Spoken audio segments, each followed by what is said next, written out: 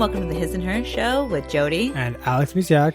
And today we're going to talk about faking it till you make it. Yes, and why you shouldn't do that. Yeah. So, do you want to go first, or? Yeah, well, it's something that it comes up a lot, I think, in human consciousness, society, whatever you want to call it. A lot of companies that do that to actually, like when I was working for like home sale, like direct sales. Yes. They say that a lot too. Yeah, fake it till you make it. And it's like, there's a lot of reasons why people maybe think that's a good idea. Because, there's a lot of things out there about the law of attraction and so the idea I think is you fake being whatever it is. Let's say being happy. So you fake being happy until you suddenly become happy. I think there's some sort of prevailing thought that like if you are constantly focused on being happy or tricking yourself into being happy, you will eventually feel happy. But it's all just a bunch of smoke and mirrors. Yes. I think, in my opinion, I actually it does more damage than good. I don't know how many years doing that where it was when I first became out, when The Secret came out and the law of attraction. And, I was like, yeah, I'm awesome and this and that. And even though like deep down I was not awesome. Mm-hmm. Like they always said, no matter how you feel, always say, I am fantastic. Or because when people say fine, that they're not fine. Right. And like you're giving a negative vibration, which, yes, that is true for the law of attraction. But if you live like that constantly and you're not actually honest with yourself, honest about your feelings, like I spent years bearing my emotions that they would every so often explode onto somebody. And then I like feel really bad and then put them back down.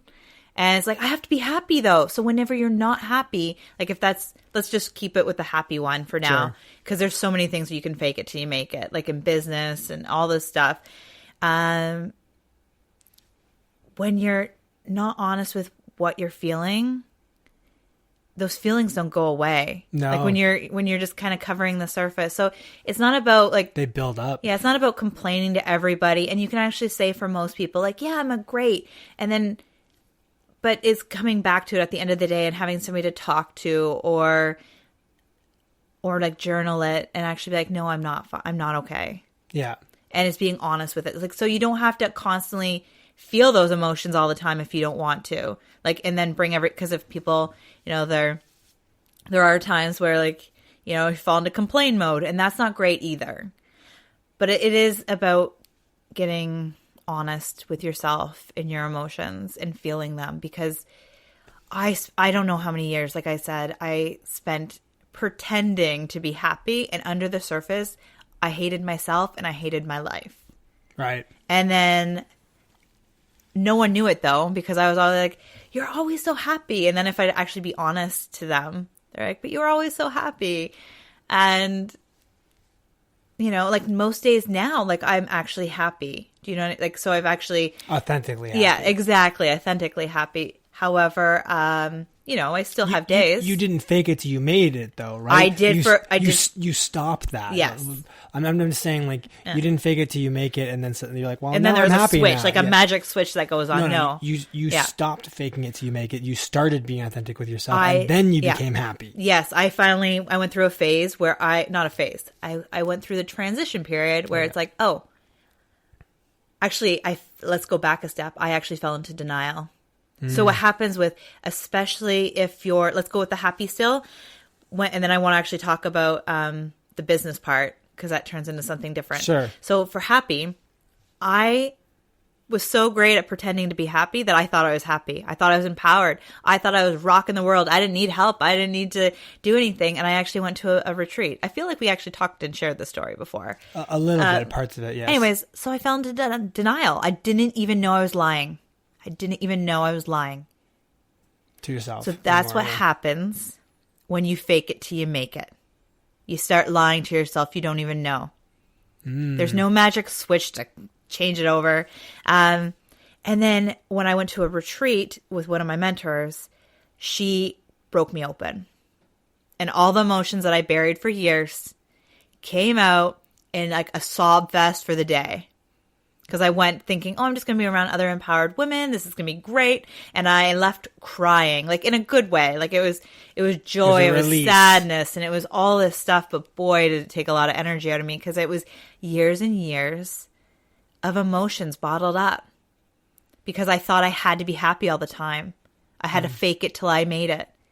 And that really was an eye-opener for me. And that's when everything changed. Where I finally started like, no, it is okay not to be perfect. It's okay to be where I am. It's okay to have these feelings. Because then I looked at my mentor, who is, an empowerment coach and then has an empowerment school. Mm-hmm. And I always thought I had to be perfect to be an empowerment coach. But there's no such thing. So faking it till you make it, like, what are you faking it to? Because you're always constantly growing and changing. And there's no such thing as perfect. So how can you fake it till you make it?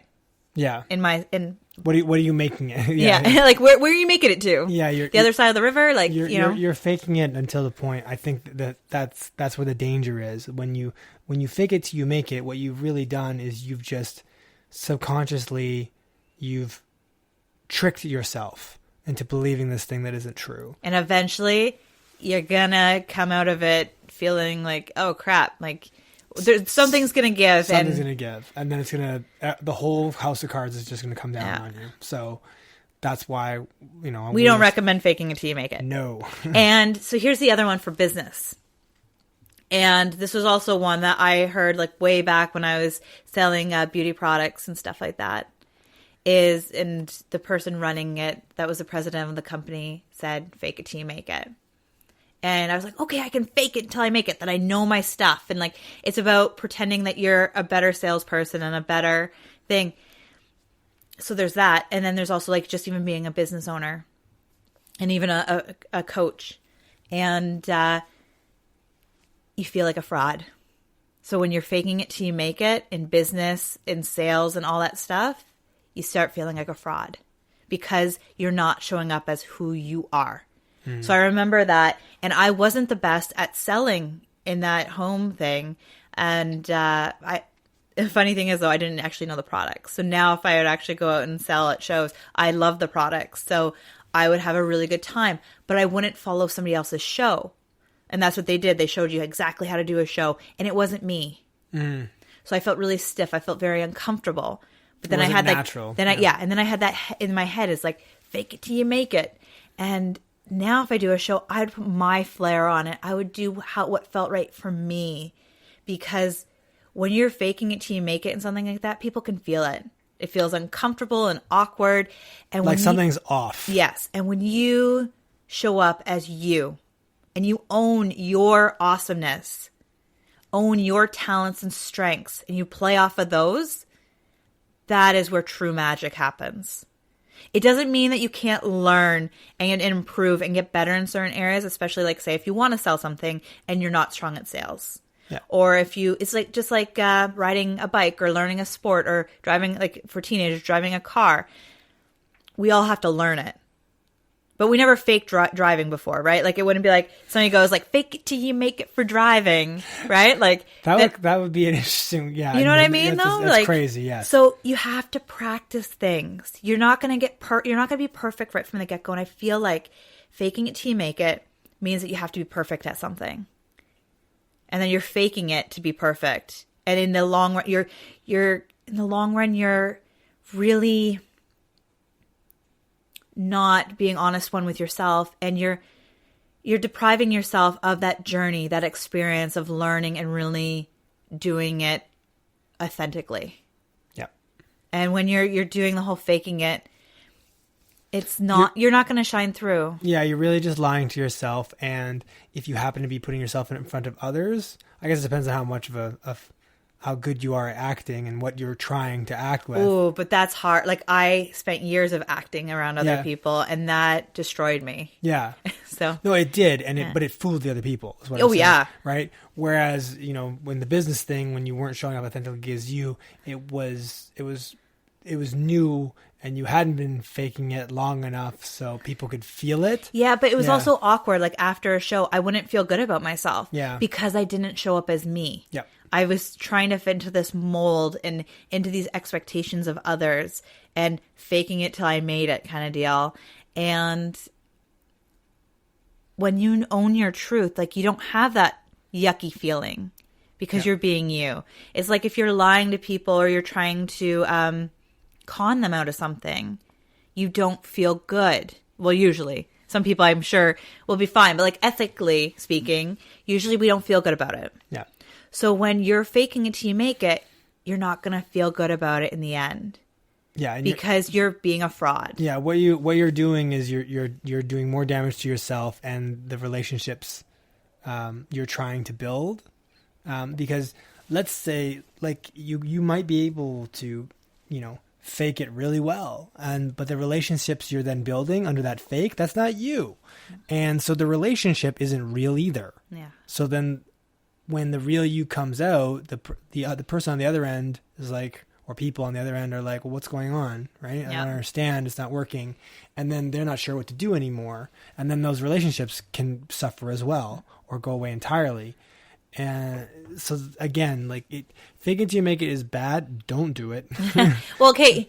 Just be aware of it. I don't want to tell anybody not to do something. Okay. Well, I mean, all right. I'm more about like feeling like what feels right to them. But really, I think the best course of action is always showing up as you authentically and being the best version of you. I agree. That's all. I don't want to say I don't ever want to tell anybody not to do something. Okay. Because that's not what we're trying to do here. Yeah. That's I want fair. them to start using their own instinct muscles. Yeah. Like their inner guide and listen to what's within. But I just want to shine some light on this whole fake it till you make it thing. And maybe we can revisit it in another podcast for like people who have been faking it till they make it, or how to get out, and maybe how to get out, like what to do afterwards, what to do when that house of cards falls down. Right?